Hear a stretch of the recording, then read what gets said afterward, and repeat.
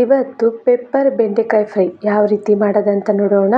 ಬೆಂಡೆಕಾಯಿನ ತೊಳೆದು ಒಂದು ಬಟ್ಟಲಲ್ಲಿ ನೀಟಾಗಿ ಒರೆಸಿಟ್ಟು ಈ ಥರ ಸಣ್ಣ ಸಣ್ಣ ಕಟ್ ಮಾಡಿಕೊಂಡಿದ್ದೀನಿ. ಕಟ್ ಮಾಡಿಕೊಂಡಿರೋ ಬೆಂಡೆಕಾಯಿ ಇವಾಗ ಬಂದು ಬಾಣಲಿಗೆ ಹಾಕಿ ನಾವು ಏನು ಮಾಡಬೇಕಂದ್ರೆ, ಇವಾಗ ಬೆಂಡೆಕಾಯಲ್ಲಿರೋ ಅಂಟುಗಳೆಲ್ಲ ನಾವು ಲೊಳ್ಳೆ ಥರ ಇರುತ್ತಲ್ಲ ಅಂಟು, ಆ ಥರ ಎಲ್ಲ ನೀಟಾಗಿ ತೆಗಿಬೇಕು. ಒಂದು 2 ಟೇಬಲ್ ಸ್ಪೂನ್ ಆಫ್ ಆಯಿಲು, ಸ್ವಲ್ಪ ಸಾಲ್ಟ್ ಹಾಕಿದ್ರೆ ಬೇಗ ಅಂಟು ಬಿಡುತ್ತೆ. ಸ್ವಲ್ಪ ನೀವು ಉಪ್ಪು ಹಾಕ್ಕೊಂಡು ಗ್ಯಾಸ್ ಉರಿ ಬಂದು ಮೀಡಿಯಮ್ ಫ್ಲೇಮಲ್ಲಿ ಇಟ್ಟು ನಾವು ಒಂದು 10 ನಿಮಿಷ ಮೀಡಿಯಮ್ ಫ್ಲೇಮಲ್ಲಿ ಇಟ್ಟು ನಾವು ಈ ಅಂಟನ್ನ ನಾವು ಹೋಗಿಸ್ಬೇಕು. 10ರಿಂದ 15 ನಿಮಿಷ ಆಗುತ್ತೆ ಅಂಟೆಲ್ಲ ಹೋಗೋದಕ್ಕೆ. ಬೆಂಡೆಕಾಯಿ ತಿನ್ನೋದ್ರಿಂದ ತುಂಬ ಯೂಸಸ್ ಇದೆ, ಹೆಲ್ತ್ ಬೆನಿಫಿಟ್ಸು ಇದೆ. ಬಟ್ ಆದರೆ ಅದ್ರಲ್ಲಿ ಅಂಟಿರೋದ್ರಿಂದ ಮಕ್ಕಳಾಗಲಿ ದೊಡ್ಡವರಾಗಲಿ ತುಂಬ ಜನ ಬಂದು ಜಾಸ್ತಿ ಇಷ್ಟಪಟ್ಟು ತಿನ್ನಲ್ಲ. ನೋಡಿರಿ, ನನಗೊಂದು 6ರಿಂದ 7 ನಿಮಿಷ ಆಗಿದೆ. ಆದಾಗಿಂದ ಈ ಥರ ಅಂಟು ಮತ್ತು ತಳ ಎಲ್ಲ ಆ ಥರ ಇಟ್ಕೊಳ್ಳುತ್ತೆ. ಅಂಟೆಲ್ಲ ಇವಾಗ ಕರೆಕ್ಟಾಗಿ 1/4 ಅವರ್ ಆಗಿದೆ. ಅಂಟೆಲ್ಲ ಯಾವ ಥರ ಬಿಟ್ಕೊಂಡು ಯಾವ ಥರ ಉದ್ರಾಗಿ ಬಂದಿದೆ ಅಂತ ನೀವೇ ನೋಡ್ತಾ ಇದ್ದೀರಲ್ಲ. ನೋಡಿರಿ, ಈ ಮಟ್ಟಕ್ಕೆ ಉದ್ರು ಬರೋ ಗಂಟ ನಾವು ನೀಟಾಗಿ ಹುರ್ಕೊಬೇಕು. ಇವಾಗ ಇದೆಲ್ಲ ಆದಮೇಲೆ ನೆಕ್ಸ್ಟ್ ನಾವು ಏನು ಮಾಡಬೇಕಂದ್ರೆ, ಇದು ಒಂದು ತಟ್ಟೆಗೆ ಹಾಕ್ಕೊಂಬಿಟ್ಟು ಬೆಂಡೆಕಾಯಿನ ನಾವಿವಾಗ ಒಗ್ಗರಣೆ ಮಾಡೋಕ್ಕೆ ಸ್ಟಾರ್ಟ್ ಮಾಡಬೇಕು. ಯಾವ ರೀತಿ ಒಗ್ಗರಣೆ ಮಾಡಬೇಕಂತ ತೋರಿಸ್ತೀನಿ ನೋಡಿ. ಒಂದು ನಾನ್ ಸ್ಟಿಕ್ ಪ್ಯಾನ್ ಇದ್ದರೆ ಇನ್ನೂ ಚೆನ್ನಾಗಿರುತ್ತೆ. ಸ್ವಲ್ಪ ಆಯಿಲ್ ಹಾಕಿ ಇವಾಗ ಒಗ್ಗರಣೆಗೆ ಏನೇನು ಹಾಕ್ಕೊಬೇಕು ಆ ರೀತಿ ನಾವಿವಾಗ ಹಾಕ್ಕೊಬೇಕು. ಸ್ವಲ್ಪ ಸಾಸಿವೆ, ಸ್ವಲ್ಪ ಕರಿಬೇವು, ದೊಡ್ಡ ಸೈಜ್ ಈರುಳ್ಳಿ, 2 ಅಥವಾ 3 ಈರುಳ್ಳಿ ಹಾಕ್ಕೊಬೇಕು. ಈರುಳ್ಳಿ ಜಾಸ್ತಿ ಹಾಕಿದ್ರೇ ಟೇಸ್ಟು ಚೆನ್ನಾಗಿರುತ್ತೆ. ಈರುಳ್ಳಿನ ಚಿಕ್ಕದಾಗಿ ಕಟ್ ಮಾಡಿಟ್ಕೊಂಡಿದ್ದೀನಿ.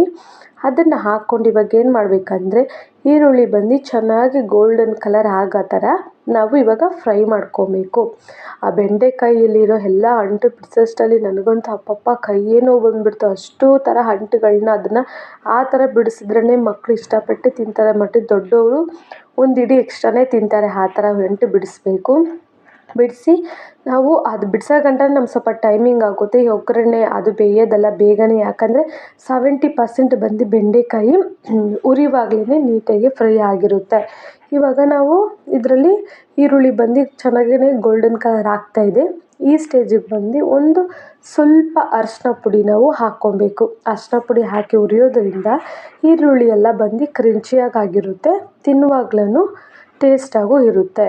ಆಮೇಲೆ ಇದೆಲ್ಲ ನೀಟಾಗಿ ಫ್ರೈ ಆದಮೇಲೆ ಸ್ವಲ್ಪ ಗರಂ ಮಸಾಲ ಹಾಕ್ಕೊಬೇಕು. ಒಂದು half table spoon garam masala ನಾವು ಇಲ್ಲಿ ಹಾಕ್ಕೊಬೇಕು. ಹಸಿಮೆಣ್ಸಿನ್ಕಾಯಿ ಆಗಲಿ ಒಣಗಿನ ಮೆಣಸಿನ್ಕಾಯಿ ಆಗಲಿ ಯಾವುದೂ ಒಗ್ಗರಣೆಗೆ ಬೇಡ. ಇವಾಗ ನಾನು ಏನನ್ನು ತೋರಿಸ್ಕೊಡ್ತೀನೋ ಆ ಥರನೇ ನೀವು ಹಾಕ್ಕೊಳ್ಳಿ. ಸ್ವಲ್ಪ ಗರಂ ಮಸಾಲ ಹಾಕ್ಬಿಟ್ಟು ಒಂದು ಟೇಬಲ್ ಸ್ಪೂನ್ ಚಿಲ್ಲಿ ಪೌಡರ್ ಹಾಕ್ಕೊಬೇಕು. ನಿಮ್ಮ ಮನೇಲಿ ಚಿಲ್ಲಿ ಪೌಡ್ರ್ ತುಂಬ ಖಾರ ಇದ್ದರೆ ಒಂದು ಹಾಫ್ ಟೇಬಲ್ ಸ್ಪೂನ್ ಹಾಕ್ಕೊಳ್ಳಿ. ನಾನು 1 ಟೇಬಲ್ ಸ್ಪೂನ್ ಹಾಕ್ಕೊಂಡು ನೀಟಾಗಿ ಇದನ್ನು ಸಿಮ್ಮಲ್ಲೇ ಇಟ್ಟು ಹುರ್ಕೊಂಡು ನೋಡಿ. ಈ ಮಟ್ಟಕ್ಕೆ ಕಲರ್ ಚೇಂಜ್ ಆಗಿದ ತಕ್ಷಣ ನಾವೇನು ಮಾಡಬೇಕು, ಇವಾಗ ಬೆಂಡೆಕಾಯಿನ ನಾವು ಇದರೊಳಗೆ ಹಾಕ್ಕೊಬೇಕು. ಬೆಂಡೆಕಾಯಿನ ನೋಡಿ ಹಿಂಗೆ ಅಂದಿದ ತಕ್ಷಣ ಹಿಂಗೆ ಅದರೊಳಗೆ ಹೋಗಿ ಬಿತ್ತು ಅಂತ ಆ ಮಟ್ಟಕ್ಕೆ ನಾವು ಗಮನ ಹೋಗಿಸಿದ್ದೀವಿ. ಇವಾಗ ಇದನ್ನು ನೀಟಾಗಿ ಇಕ್ಕಿ ಹುರ್ಕೊಂಡು ಉಪ್ಪು ಹಾಕ್ಕೊಬೇಕು. ಆವಾಗ ಬೆಂಡೆಕಾಯಿ ಉರಿಯುವಾಗ ಸ್ವಲ್ಪ ಉಪ್ಪು ಹಾಕಿದ್ದೀವಲ್ಲ, ಈರುಳ್ಳಿ ಉರಿಯುವಾಗಲೂ ಸ್ವಲ್ಪ ಉಪ್ಪು ಹಾಕಿದ್ದೀವಿ. ಇವಾಗ ಟೇಸ್ಟ್ ನೋಡಿಕೊಂಡು ಉಪ್ಪನ್ನು ಯಾವ ರೀತಿ ಹಾಕಬೇಕೋ ಆ ರೀತಿ ಟೇಸ್ಟಿಗೆ ಹಾಕ್ಕೊಂಡು ಒಂದು 2 ನಿಮಿಷ ಲೋ ಫ್ಲೇಮಲ್ಲಿ ಇಟ್ಟರೆ ಸಾಕು. ಈ ಥರ ನೀಟಾಗಿ ಮಸಾಲೆ ಎಲ್ಲ ಮಿಕ್ಸ್ ಆಗಿರುತ್ತೆ. ಸ್ವಲ್ಪ ಕೊತ್ತಂಬರಿ ಹಾಕ್ಕೊಂಬಿಟ್ಟು ನೀಟಾಗಿ ತಿರುವು ಕೊಟ್ಬಿಟ್ಟು ನಾವಿವಾಗ ನೋಡಿ ಈ ಥರ ಮಿಕ್ಸ್ ಮಾಡ್ಕೊಬೇಕು. ಎಲ್ಲ ಕಡೆನೂ ಮಸಾಲೆ ಸ್ಪೈಸಸ್ ಹೋಗಬೇಕಲ್ಲ, ಆದ್ದರಿಂದ ಎಲ್ಲ ಇವಾಗ ನೀಟಾಗಿ ಬೆಂದ ಮೇಲೆ ನಾವೇನು ಮಾಡಿ half tablespoon pepper powder ಹಾಕ್ಕೊಬೇಕು. ಗ್ಯಾಸ್ ಆಫ್ ಮಾಡಿ ಪೆಪ್ಪರ್ ಪುಡಿ ಹಾಕಿ ತಿರುವಾಗಿ ಕೊಟ್ಟರೆ ಬಿಸಿ ಬಿಸಿಯಾಗಿರೋ ಪೆಪ್ಪರ್ ಬೆಂಡೆಕಾಯಿ ಫ್ರೈ ರೆಡಿ.